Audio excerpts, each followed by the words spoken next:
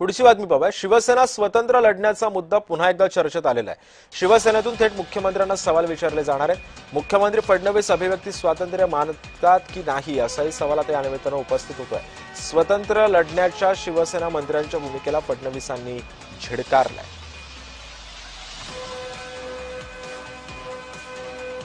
भाजप स्वबळावर लढणार का? लढू शकते ना।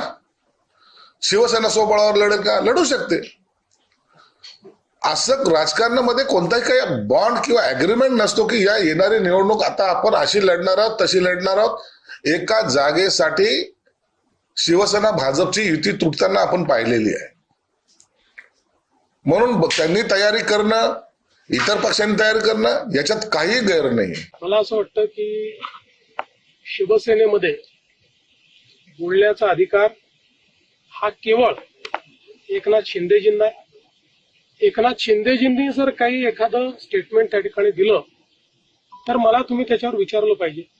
याच्या संदर्भात तुम्हाला विचारायचं स्पोक्सपर्सनला विचारलं। बाकीच्यांना कसलाच अधिकार नाही असं फडणवीस म्हणत आहे।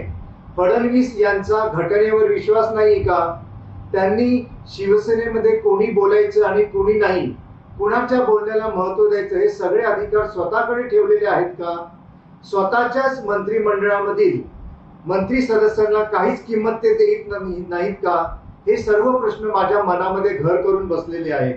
आता यापुढे आपण आपलं मत व्यक्त करायचं की नाही हा प्रश्न पडलेला आहे।